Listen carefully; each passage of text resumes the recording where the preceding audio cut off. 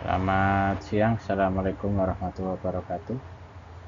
Saya Nino Zayed Salvanda, mahasiswa Universitas Cyber Asia kelas SI 302, Prodi Sistem Informasi. Saat ini saya akan mempresentasikan tugas UTS mata kuliah pendidikan agama sesuai dengan pandangan dan keyakinan masing-masing. Pertama-tama kami ucapkan puji syukur atas kehadirat Allah SWT atas rahmat dan karunia-Nya sehingga makalah ini dapat tersusun sampai selesai. Penulis sangat berharap semoga makalah ini dapat menambah pengetahuan dan pengalaman bagi para pembaca. Bagi penulis, penyusunan makalah ini tentunya masih banyak kekurangan dan keterbatasan pengetahuan serta pengalaman. Untuk itu kami mengharapkan kritik dan saran dari para pembaca demi kesempurnaan makalah ini. Berikut adalah daftar isinya.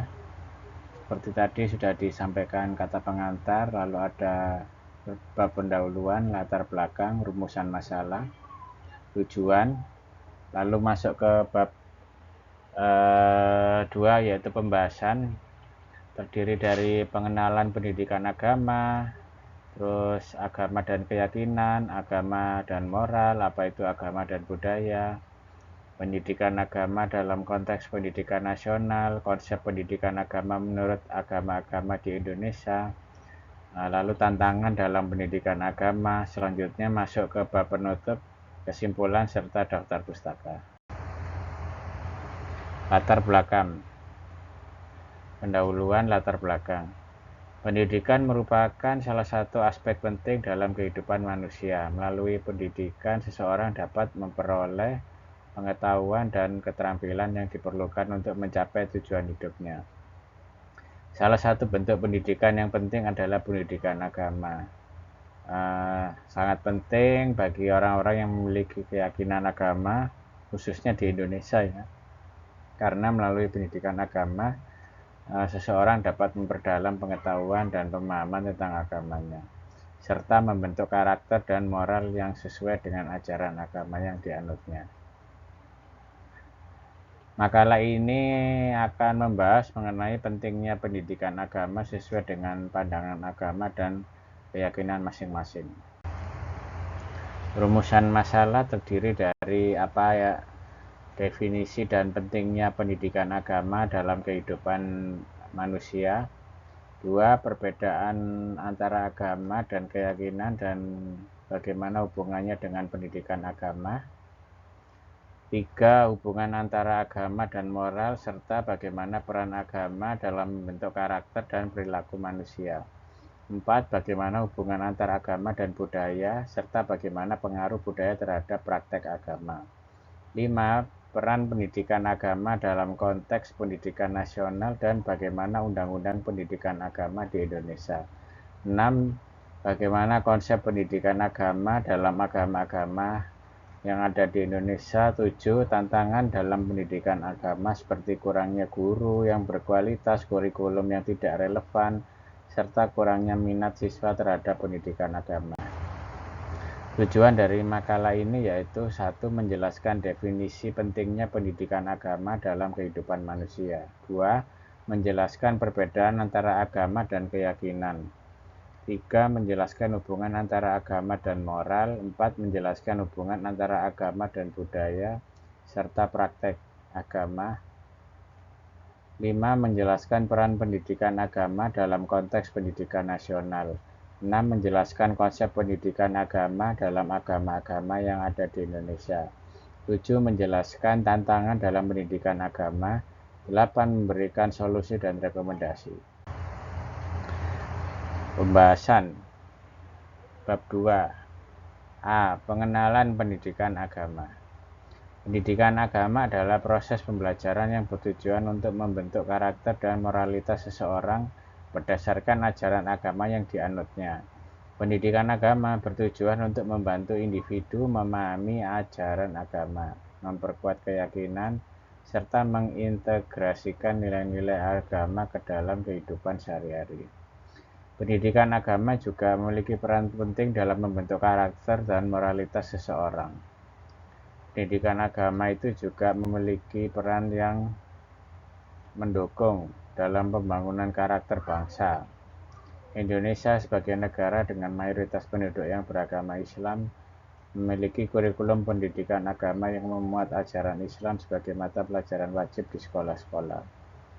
Tentunya tidak mengesampingkan untuk agama lain ya. Jadi yang beragama non-muslim juga mendapatkan pengajaran agama sesuai dengan keyakinannya masing-masing. Di samping itu, pendidikan agama juga membantu individu untuk memahami dan menghargai perbedaan agama dan keyakinan. B. Agama dan keyakinan. Agama dan keyakinan adalah dua konsep yang seringkali digunakan secara bergantian, tapi sebenarnya memiliki perbedaan yang signifikan. Agama adalah suatu sistem kepercayaan atau keyakinan yang melibatkan hubungan manusia dengan entitas yang lebih tinggi. Sedangkan keyakinan adalah suatu pandangan atau pendapat yang diyakini oleh seseorang atau kelompok seseorang. C. Agama dan moral. Agama dan moral memiliki hubungan yang erat karena banyak ajaran moral dan etika yang berasal dari agama. Agama memberikan panduan moral dan etika yang dapat membantu manusia untuk hidup dalam harmoni dengan diri sendiri, orang lain, dan lingkungan sekitarnya. Agama juga memberikan nilai-nilai yang mendorong manusia untuk mengembangkan sifat-sifat positif seperti kasih sayang, toleransi, dan kejujuran, serta integritas. Namun meskipun memiliki peran yang sangat penting dalam membentuk karakter dan perilaku manusia, tidak semua orang yang beragama memiliki karakter dan perilaku yang baik. Ada banyak faktor yang mempengaruhi hal tersebut seperti perilaku manusia itu sendiri, lingkungan sosial, pendidikan, dan pengalaman hidup. D. Agama dan budaya. Agama dan budaya adalah dua konsep yang saling terkait dan memiliki pengaruh yang saling mempengaruhi. Agama dapat mempengaruhi budaya dan sebaliknya. Budaya juga dapat mempengaruhi praktek agama. Pengaruh budaya terhadap praktek agama juga dapat terlihat dari berbagai aspek seperti dalam bentuk seni, arsitektur, musik, dan cara berpakaian. Misalnya dalam budaya Hindu di India terdapat banyak kuil yang dibangun khas India serta dihiasi dengan ornamen yang indah. Sementara Islam di Timur Tengah terdapat masjid yang dibangun dengan arsitektur khas Arab yang dihiasi dengan kaligrafi Arab yang indah.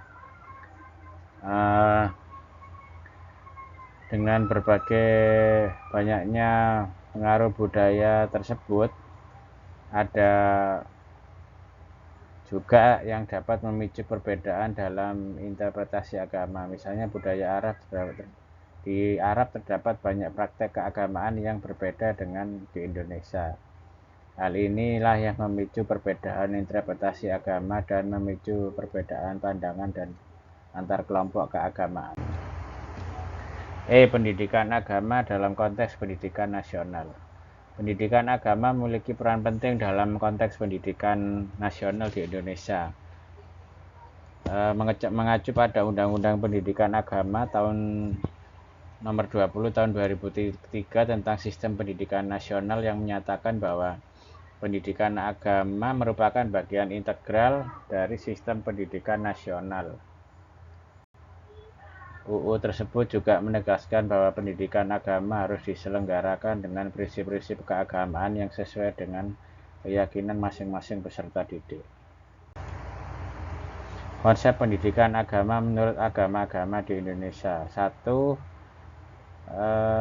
Tujuannya adalah untuk membentuk karakter dan moral peserta didik serta memberikan pemahaman yang benar tentang ajaran ini dalam konteks agama Islam ya, tentang ajaran Islam dan mengajarkan keterampilan praktis di kehidupan sehari-hari.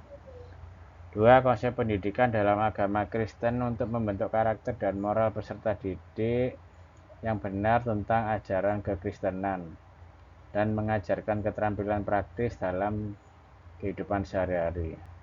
Bertujuan juga untuk memperkuat iman dan hubungan dengan Tuhan. Dalam agama Hindu kurang lebih sama, yaitu untuk membentuk karakter dan moral peserta didik, memberikan pemahaman yang benar tentang agama Hindu, serta memperkuat iman dan hubungan dengan Tuhan, serta membentuk pribadi yang baik dan bermanfaat bagi masyarakat. Dalam agama Buddha pun demikian, membentuk karakter dan moral peserta didik, memberikan pemahaman yang benar tentang ajaran Buddha, serta membentuk kepribadian yang baik dan bermanfaat bagi masyarakat. Dalam agama Konghucu pun seperti itu, membentuk karakter dan moral peserta didik, memberikan pemahaman yang benar tentang ajaran Konghucu, serta membentuk kepribadian yang baik dan bermanfaat bagi masyarakat. Tantangan dalam pendidikan agama. Satu, yaitu kurangnya guru yang berkualitas. Dua, kurikulum yang kurang relevan. Tiga, kurangnya minat siswa terhadap pendidikan agama. Guru yang berkualitas itu harus memiliki pemahaman yang mendalam tentang ajaran agama yang diajarkan. Kurikulum pendidikan yang kurang relevan dapat membuat siswa merasa bosan dan tidak tertarik dengan pelajaran agama yang diajarkan.